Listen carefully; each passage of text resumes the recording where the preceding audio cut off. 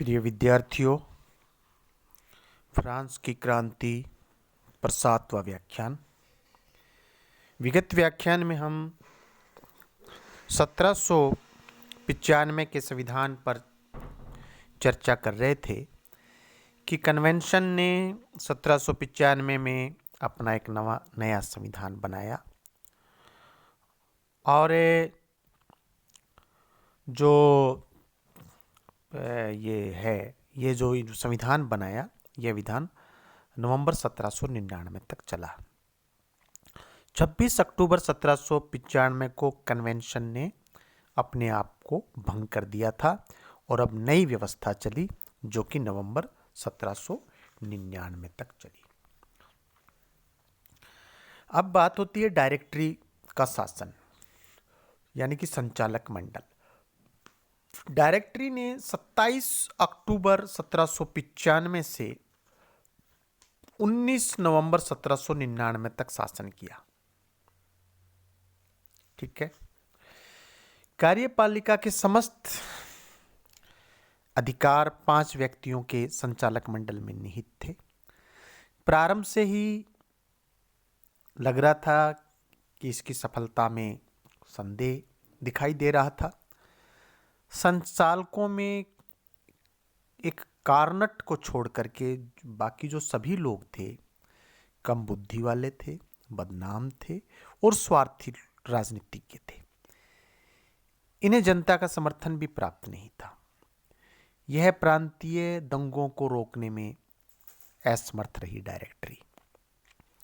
राजा के पक्ष में बढ़ते हुए समर्थन को भी डायरेक्टरी रोकने में असमर्थ रही और न ही ईसाई पूजा पद्धति को रोक पाई। उसका शासन भ्रष्ट और कमजोर था। उसे अपने अस्तित्व के लिए सेना पर निर्भर रहना पड़ता था। डायरेक्टरी के शासनकाल में जैकोबिन क्लब को पूर्णतया बंद कर दिया गया और कम्यून तथा क्रांतिकारी परिषद को समाप्त कर दिया गया। उसके समय के विद्रोहों का और जो इसका टाइमिंग है, विद्रोह जो है बहुत संख्या में हुए क्योंकि 1795 में बड़ी भयंकर सर्दी पड़ी, बर्फ, इससे व्यापार चौपट हो गया, सामाजिक कष्ट काफ़ी बढ़ गए। फिर अप्रैल का महीना 1795 में, मई का, अक्टूबर का, इनमें भीषण विद्रोह हुए। अंत में नेशनल गार्ड और फिर जनरल बरार्स की जो फौज है उस फौज की मदद ली गई। ये जो बरार्स, एक जो सेनापति, इसका एक सहायक था जिसका नाम नेपोलियन बोनापार्ट, जिसे उस समय देश की सेना का जो है उसका कमांड मिला। 1795 के अक्टूबर में डायरेक्टरी के विरोध में पैंथियन नामक एक सोसाइटी का गठन हुआ क्योंकि लोगों को स्पष्ट हो गया कि संचालक मंडल यानी कि डायरेक्टरी केवल धनी लोगों के अधिकारों की चिंता में लगा हुआ है।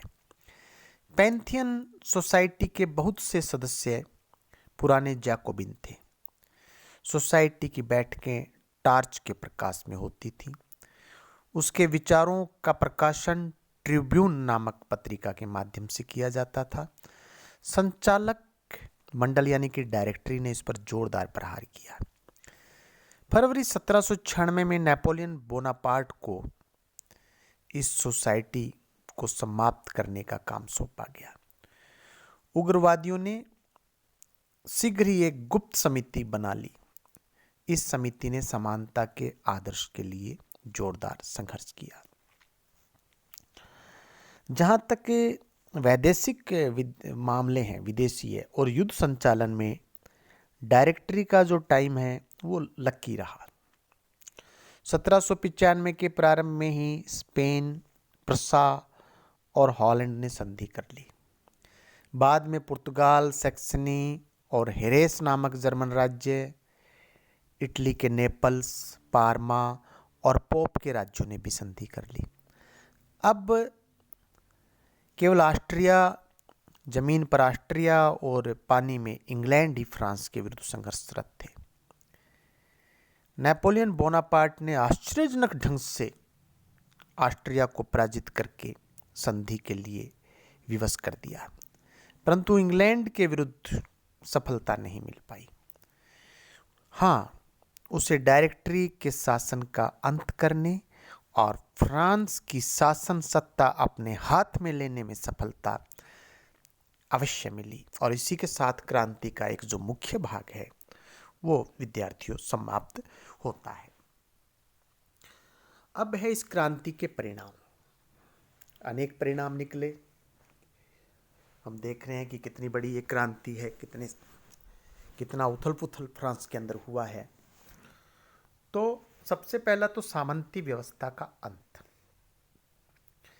मध्यकालीन समाज की सामंती व्यवस्था का अंत करना फ्रांस की क्रांति की एक बहुत बड़ी देन है।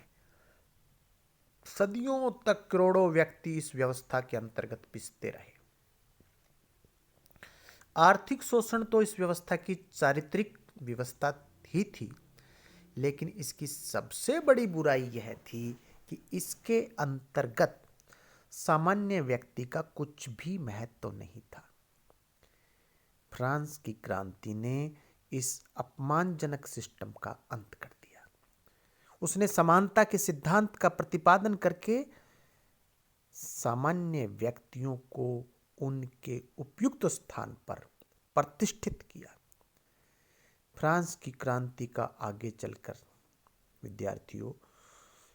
आगे चलकर दूसरे देशों के लोगों पर इतना प्रभाव पड़ा कि यूरोप के अन्य देशों में भी धीरे धीरे सामंती व्यवस्था का अंत हो गया। अब है धर्मनिरपेक्ष राज्य का उदय। धर्म के क्षेत्र में उदारता और बाद में सहिष्णुता लाना इस क्रांति की एक अन्य महत्वपूर्ण देन है। क्रांति के फलस्वरूप यूरोपीय देशों में धार्मिक सहिष्णुता का प्रादुर्भाव हुआ, धार्मिक सहिष्णुता का जन्म हुआ और लोगों को धार्मिक उपासना की स्वतंत्रता मिली। मध्यकालीन शासकों का हमेशा यही प्रयास रहता था कि उनके राज्य के सभी निवासी केवल उसी धर्म को माने जिसमें स्वयं राजा विश्वास करता हो। अन्य धर्मावलंबियों को कठोर से कठोर दंड दिए जाते थे। क्रांति ने धर्मनिरपेक्ष राज्य की स्थापना का मार्ग प्रशस्त करके संपूर्ण मानवता की एक बहुत बड़ी सेवा की। क्रांति के काल में चर्च में बाहरी आडंबरों क्रियाकलापों को बहुत सीमित कर दिया। क्रांति ने सहिष्णुता का परिचय देते हुए यहूदियों और विदेशियों को भी नागरिक अधिकार प्रदान किए। विद्यार्थियों, आप जानते हैं कि भारत का जो संविधान है वो उसमें भी धर्मनिरपेक्षता उसका एक बहुत खूबसूरत उसका जो है पार्ट है। और हमारा देश धर्मनिरपेक्ष देश है। प्रत्येक धर्मावलंबी अपने धर्म को मानने के लिए स्वतंत्र है। लेकिन विद्यार्थियों, हम और आप शिक्षित हैं। हमारा यह फर्ज अवश्य है कि हमारी धार्मिक स्वतंत्रता से किसी दूसरे व्यक्ति को कोई परेशानी नहीं होनी चाहिए। धर्म किसी भी व्यक्ति के लिए बिल्कुल एक निजी मामला होना चाहिए विद्यार्थियों, ना कि यह एक सार्वजनिक विषय होना चाहिए। मैं मेरे घर में सुबह उठकर स्नान करके जिस भी देवता को, जिस भी धर्म को मानता हूँ, अपने घर में मैं उसकी पूजा अर्चना करूँ, उसकी मैं अरदास करूँ, उसकी मैं जो भी, यदि कोई इस्लाम है तो उनके अनुसार जो भी नमाज है वो करूं। लेकिन धर्म के आधार पर सार्वजनिक स्थलों को ब्लॉक करना, रास्ते बंद हो जाते हैं और लोगों को तकलीफ होती है, ये कार्य नहीं होने चाहिए। हम जिम्मेदार नागरिकों का ये कर्तव्य है। धार्मिक जुलूस निकलते हैं, उनमें डीजे चलते हैं, लोगों को बड़ी असुविधा होती है। इस पर रात्रि जागरण में दो तेज माइक चलते हैं, लोगों को असुविधा होती है। नमाज में इसमें मस्जिदों में जो वो बहुत तेज स्वर के अंदर अजान होती है, यदि किसी को कष्ट होता है तो उसको भी कम करना हमारा फर्ज बनता है।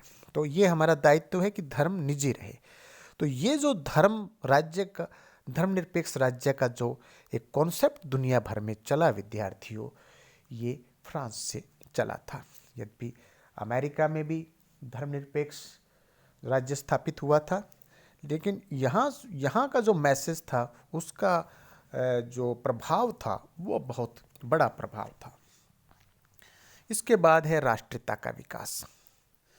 फ्रांस की क्रांति ने एक ऐसी प्रगतिशील राष्ट्रीयता को जन्म दिया जिससे आधुनिक संसार आज भी अत्यधिक प्रभावित है। नागरिक के हृदय में अपने देश की सुरक्षा के लिए राष्ट्रीयता की यह भावना केवल फ्रांस तक सीमित नहीं रही। जैसे जैसे क्रांति का विस्तार होता गया, वैसे वैसे यूरोप के अन्य देश भी इस भावना से प्रभावित और प्रेरित होने लगे। फ्रांस के सभी पद दलित और परतंत्र लोगों में इस भावना का प्रसार हुआ और देश में प्रत्येक राष्ट्र को स्वतंत्र और उन्नत बनाने के लिए आंदोलन उठ खड़े हुए। अब विद्यार्थियों, बात आती है राजनीतिक देन। क्रांति ने राजाओं के दैवीय सिद्धांत का अंत करके लोकप्रिय संप्रभुता के सिद्धांत का प्रतिपादन किया।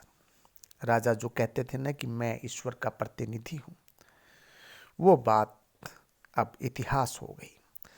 शासन की बागडोर केवल एक हाथ में न रहकर संप्रभुता केवल राजा के हाथ में केंद्रित न होकर राज्य की जनता के हाथ में, यह इस क्रांति ने प्रमाणित कर दिया कि कोई भी व्यक्ति जिसके हाथ में जिस राज्य की बागडोर हो, यदि उसके हाथ में सारी चीजें केंद्रित कर दी जाए तो वो कभी भी निरंकुश हो सकता है और फिर वो वही राजतंत्र की बुराइयां सामने हमारे आ सकती हैं। तो जनता जिस व्यक्ति को चाहेगी उसको अपना शासक बनाएगी और पसंद नहीं आया तो उसे बदल देगी। यह इस क्रांति की देन है। अब सर्वसाधारण प्रत्यक्ष रूप से देश की राजनीति में हिस्सा अब सर्वसाधारण यानी कि आम आदमी भी देश की राजनीति में अब उसकी हिस्सेदारी हो गई। इससे जनता में आत्मविश्वास की एक नई भावना का संचार हुआ। राजनीतिक दलों का बड़े पैमाने पर राजनीतिक पार्टियां बनी, दल बने, उनके अपने एजेंडे बने, उनका विकास हुआ और कई प्रकार की विचारधाराएं वहां पर चलने लगी। इसके बाद है व्यक्ति की महत्ता। मानव अधिकारों की घोषणा और स्वतंत्रता एवं समानता के सिद्धांतों का प्रतिपादन करके फ्रांस की क्रांति ने व्यक्ति की महत्ता एवं गरिमा को स्वीकार किया। क्रांति के पूर्व सर्वसाधारण व्यक्ति का कुछ भी महत्व नहीं था। समाज में केवल विशेषाधिकार संपन्न लोगों का ही प्रभाव था। अब सर्वोच्च सत्ता जनता में निवास करने लगी। जनता के विचारों की अभिव्यक्ति ही शासन के स्वरूप का आधार बन गई। इस प्रकार व्यक्तिगत स्वतंत्रता का सिद्धांत क्रांति की अमूल्य देन बन गया। समाजवाद का प्रारंभ। फ्रांस की क्रांति ने समाजवादी व्यवस्था का मार्ग भी प्रशस्त किया। इसने अमीरों और निर्धनों को न्याय के सम्मुख समानता प्रदान की। विशेषाधिकार समाप्त हो गए। सभी के लिए समान कानूनों की व्यवस्था की गई। यह ठीक है कि क्रांति ने श्रमिकों की स्थिति को सुधारने तथा पूंजीपतियों का सफाया करने में अधिक सक्रिय कदम नहीं उठाए, परंतु सामंत प्रथा का अंत, विशेषाधिकारों की समाप्ति, चर्च की शक्ति को समाप्त करके उसने समाजवादी व्यवस्था की पृष्ठभूमि, एक आधार अवश्य तैयार कर दिया। और विद्यार्थियों, अब बात स्वतंत्रता, समानता, बंधुत्व, जिसके लिए फ्रांस की क्रांति दुनिया भर में जानी जाती है, ये नारा फ्रांस की क्रांति से मिला। स्वतंत्रता मनुष्य का जन्म सिद्ध अधिकार मान लिया गया। राजनीतिक, आर्थिक, सामाजिक और धार्मिक दृष्टि से प्रत्येक नागरिक को पूर्ण स्वतंत्रता का अधिकार दिया गया। इसी प्रकार भाषण, लेखन, प्रेस तथा जानमाल की सुरक्षा आदि के भी अधिकार दिए गए। जीवन के सभी दृष्टिकोणों से मानव को समानता के समान अधिकार दिए गए। न्याय के सम्मुख समानता एवं सार्वजनिक पदों को योग्य व्यक्तियों के लिए बिना किसी भेदभाव के खोलना समानता का ज्वलंत उदाहरण है। परस्पर प्रेम, सहयोग एवं सहानुभूति ही बंधुत्व है और इसी का विकास इस क्रांति का एक मुख्य ध्येय भी रहा। और इन्हीं के आधार पर आने वाले समय में दुनिया में लोकतंत्र की नींव मजबूत हो पाई। बात करें यदि शिक्षा और संस्कृति की, तो विद्यार्थियों, क्रांति ने शिक्षा को चर्च के आधिपत्य से निकालकर उसे राष्ट्रीय बनाया, सार्वभौमिक बनाया, धर्मनिरपेक्ष और बौद्धिक क्षेत्र में क्रांति ने आधुनिक संसार का मार्ग प्रशस्त किया। इसके साथ ही क्रांति ने पुरातन व्यवस्था के अंधविश्वासों को नष्ट कर दिया और यूरोपीय साहित्य में स्वच्छंदतावादी आंदोलन भी क्रांति का ही परिणाम है। विद्यार्थियों, यदि हम क्रांति के महत्व की बात करें तो यूरोप के इतिहास में ही नहीं अपितु पूरी दुनिया, विश्व के इतिहास में फ्रांस की क्रांति का एक विशिष्ट स्थान है। 1789 में फ्रांस में शुरू हुई इस क्रांति में ने बाद में कालांतर में सार्वभौमिक रूप धारण कर लिया। पुरातन व्यवस्था के विरुद्ध विद्रोह और बौद्धिक जागृति केवल फ्रांस ही नहीं, समूचे यूरोप की विशेषताएं थीं। शीघ्र ही यूरोप के अधिकांश देश, विशेषकर पश्चिमी यूरोप के देश, क्रांतिकारी विचारधारा की लपेट में आ गए। 1848 की व्यापक क्रांतियां, 1870-71 में इटली और जर्मनी का एकीकरण इसके ज्वलंत उदाहरण है। अंग्रेज इतिहासकार डिकिंसन लिखता है कि आधुनिक फ्रांस का इतिहास 1789 की क्रांति का इतिहास है। फिर भी फ्रांस की क्रांति की उपलब्धियों एवं परिणामों के संबंध में भिन्न भिन्न मत प्रकट किए गए हैं। मिसेज वेबस्टर आदि इतिहासकार क्रांति को एक अशुभ शगुन मानते हैं। उनका मानना है कि इस क्रांति का प्रारंभ फ्रांस व यूरोप के लिए अच्छा नहीं रहा। यह एक जनतंत्र विरोधी, अप्रगतिशील तथा अराजकतावादी आंदोलन था, अर्थात सही अर्थों में क्रांति नहीं थी। इसके विपरीत अन्य इतिहासकार इस क्रांति को आधुनिक इतिहास की महानतम घटना मानते हैं। उनके मतानुसार आधुनिक जीवन की उदार, जनतंत्रीय, प्रगतिशील विचारधारा की नींव इस क्रांति ने रखी। इसी क्रांति ने सही अर्थों में मध्ययुगीन व्यवस्था का अंत करके आधुनिक युग का सूत्रपात किया। पुरातन व्यवस्था के यूरोपीय समाज और राजनीति पर हुए इस भयंकर आक्रमण ने मानव मस्तिष्क को इस प्रकार आंदोलित कर दिया कि प्राचीन रूढ़ियों और मान्यताओं का बना रहना असंभव हो गया। इतिहासकार हेजन के कथनानुसार फ्रांस की क्रांति ने राज्य के संबंध में एक नई धारणा को जन्म दिया। राजनीति और समाज के विषय में नए सिद्धांत प्रतिपादित किए, जीवन का एक नया दृष्टिकोण सामने रखा और एक नई आशा तथा विश्वास उत्पन्न किया। इन चीजों से बहुसंख्यक जनता की कल्पना और विचार प्रज्वलित हुए। एक अद्वितीय उत्साह का संचार हुआ तथा असीम आशाओं ने उन्हें अनुप्रमाणित किया। जो आशाएं हैं वो उनका बड़ा संचार उनमें हुआ, अनुप्राणित किया। इसी प्रकार के विचार प्रोफेसर गूच ने भी व्यक्त किए हैं। इतिहासकार डेविस लिखते हैं कि 1917 की रूसी क्रांति के पूर्व और कुछ अंशों में उसके बाद भी क्रांति ने संसार की अधिकांश महत्वपूर्ण घटनाओं को प्रभावित किया। बहुत बहुत धन्यवाद विद्यार्थी।